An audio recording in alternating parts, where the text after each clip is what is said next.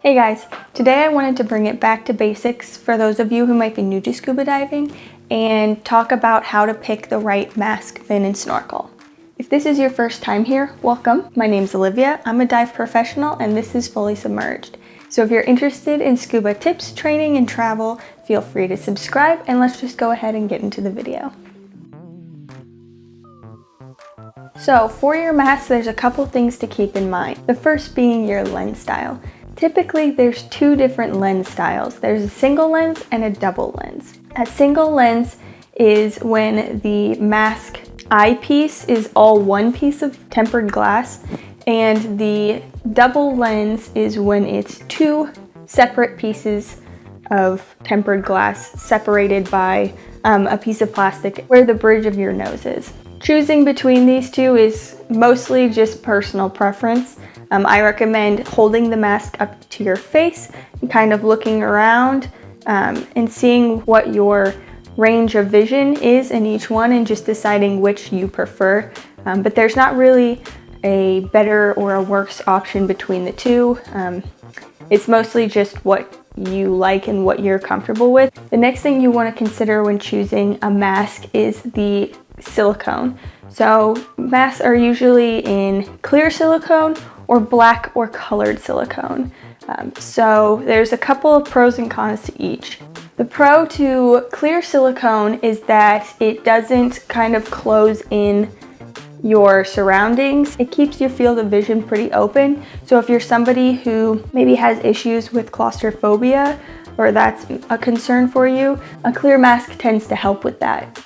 The con to clear silicone is that it tends to discolor over time and get kind of like a yellow coloration to it, so something to consider. Your other option is black or colored silicone. Now the pro to black silicone is that it doesn't have this problem with discoloring like the clear silicone does. The con with black silicone is, again, if you have issues with claustrophobia, then sometimes that mask with the darkness around the face can make people feel like trapped in, so that's something to think about. The next important thing when choosing your mask is how it fits. So to fit a mask, what you're going to want to do is take that mask and without the strap around the back of your head, you're going to hold just the silicone skirt up to your face.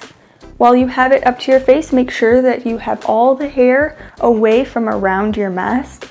And then you're going to gently breathe in through your nose. While you are breathing in, you're going to look down. If the mask stays on your face, that means that it fits. And if it falls off of your face, that means it doesn't fit.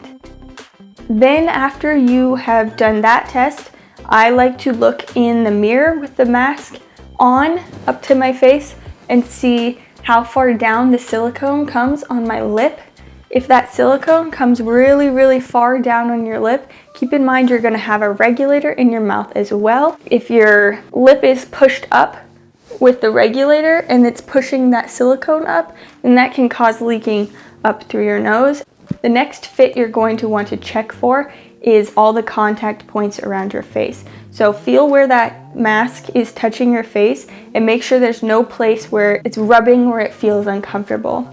The most common spot of discomfort that I hear about is typically on the brow bone, right between the eyes.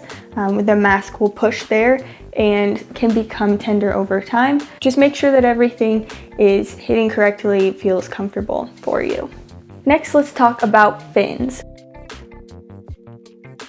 There are two types of fins. There's full foot fins and open heel fins. A full foot fin is where your bare foot or your foot with a dive sock goes right into the fin pocket. An open heel fin is one where you have a dive boot that slides into the pocket of the fin, and then there's a strap that goes around your heel to keep the fin secured onto your foot.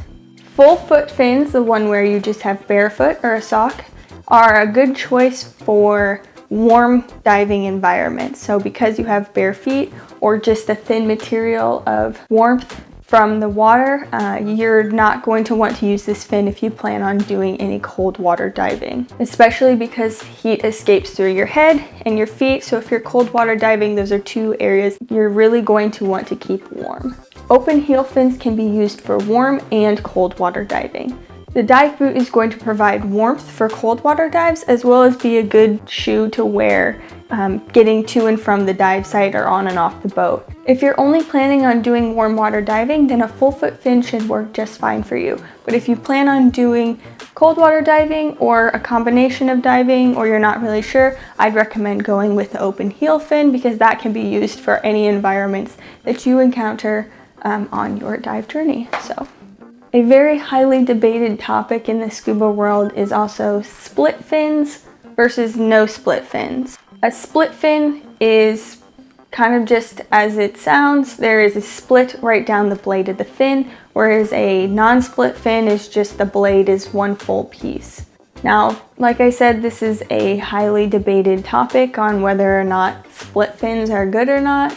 My personal opinion on split fin is that it is not the way to go, because there's that split down the blade. As you do your fin kicks, the water is pushed through the blade, which is going to reduce your propulsion through the water and make your kicks less efficient. Some arguments I hear for split fins are that it reduces drag for people that may have injuries or tend to cramp up. My recommendation for you would be to choose a fin that is very lightweight and has a lot of flexibility to the blade, rather than compromising on efficiency. You have better options than a split fin. I also just want to note that you want to make sure that you're getting a scuba fin and not a snorkel fin. So the difference between the two is that a snorkel fin is generally a really short blade, whereas a scuba fin is a much longer blade. And the reason for this is because you want to get propulsion in the water. And last, let's talk about your snorkel.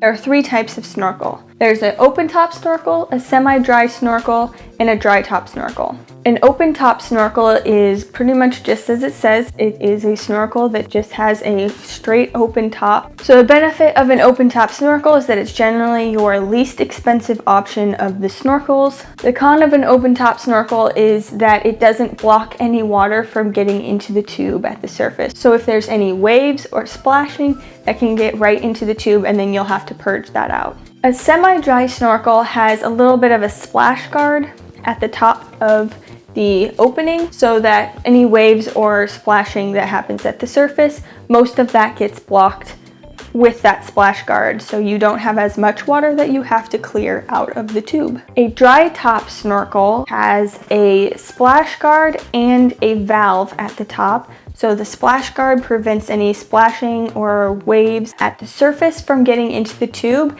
and the valve will shut if you choose to do any diving under the water, and then water doesn't fill up the entire tube. That way when you surface again, you don't have to clear out the entire tube of water.